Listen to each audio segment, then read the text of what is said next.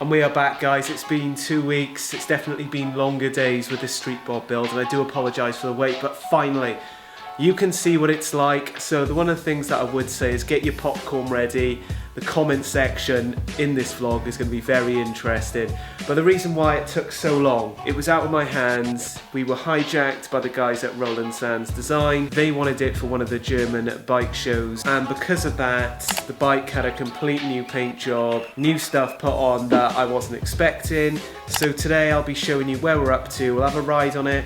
From a functionality perspective, we've changed the bars. That's some feedback I can give you on. But what I can say is what you're going to see today is not the final result. And as always, with the guys at Speed and Custom, it's always a bit of a funky colour. So let's get down to the dealership. We are back at Shaw's, guys. So I'm hoping you're going to enjoy this vlog today.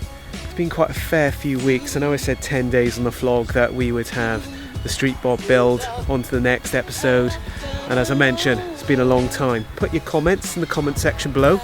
Don't be shy, you know, I don't take things personally, kind of. Let's do it.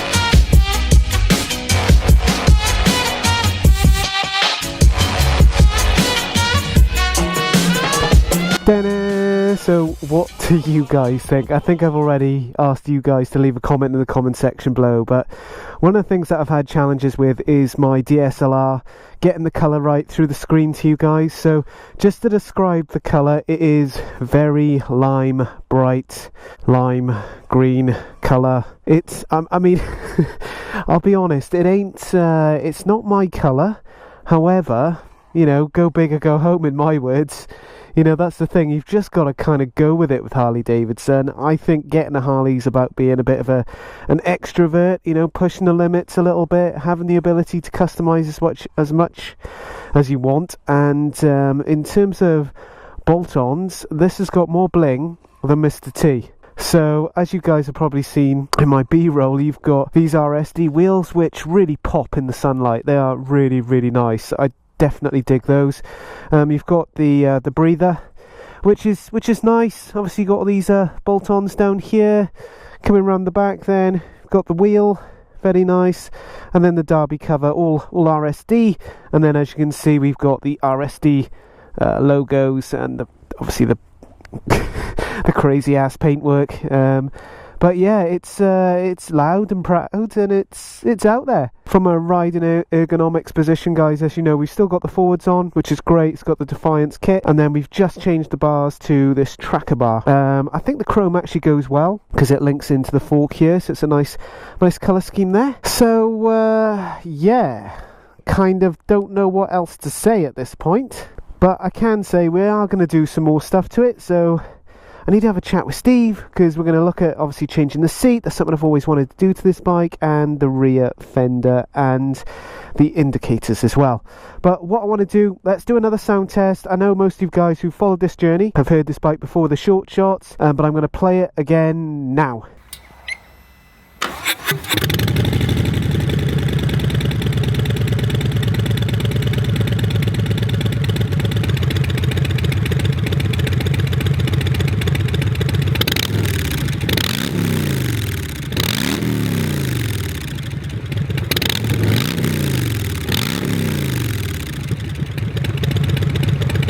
So guys, we're going to go for it. We're going to go down Beachy Head, my favourite test spot, and see what this bike feels and handles like. So without further ado, let's kick it.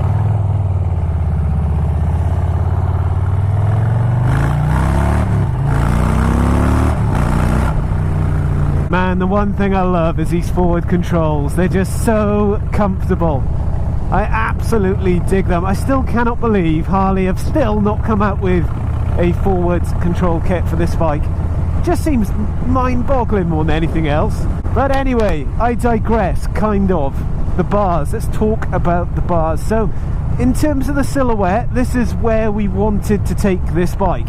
However, there is a however bit here. I'm being really honest, I am missing the tall bars. I think that's just something that I personally love, but oh man, just having a set of bars up here, I think for this style of bike, because it is loud and proud, let's be honest, I think a set of mini apes would really suit it more than these bars. Coming up to the roundabout, let's see what these bars feel like on this bike. Let's go.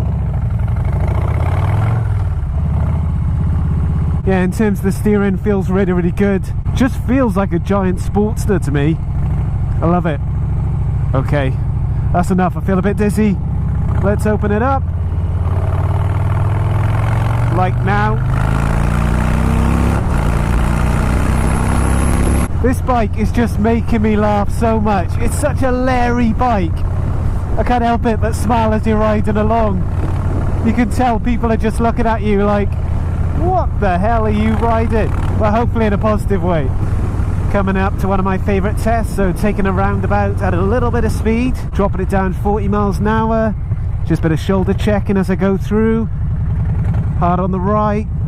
Yeah, that's alright. I must admit, that was interesting. The FXDR, man, fair play to it. It was like butter going through that roundabout. So just rolling around at 60 miles an hour, just seeing if there's any vibration coming through the bars.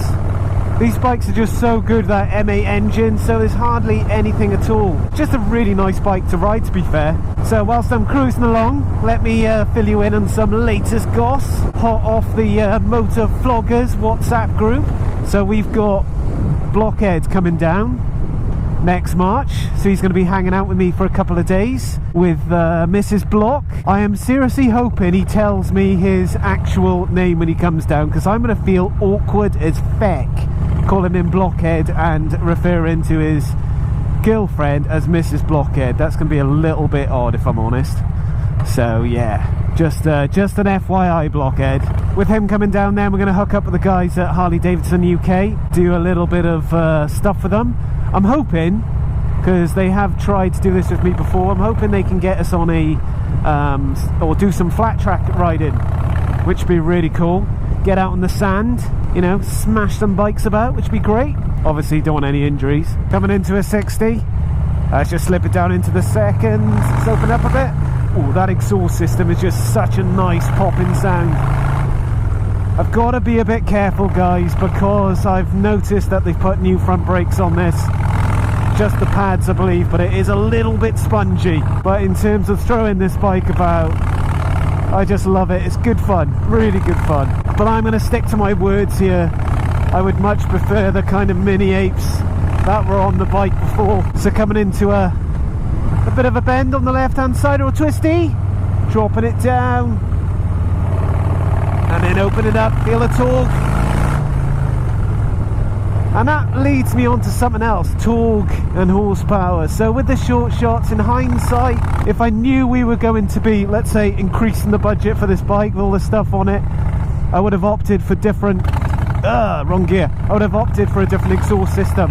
In the next vlog, I will be talking about my new Sportster that I've bought and the exhaust system going on that. And I'm just saying, I'm a little bit fed up of Vance and Hines, in a sense that I've had it so often, and it's like eating the same topping on a pizza. You just want to change. So I'll be changing exhaust systems and hopefully go into the Two Brothers Racing.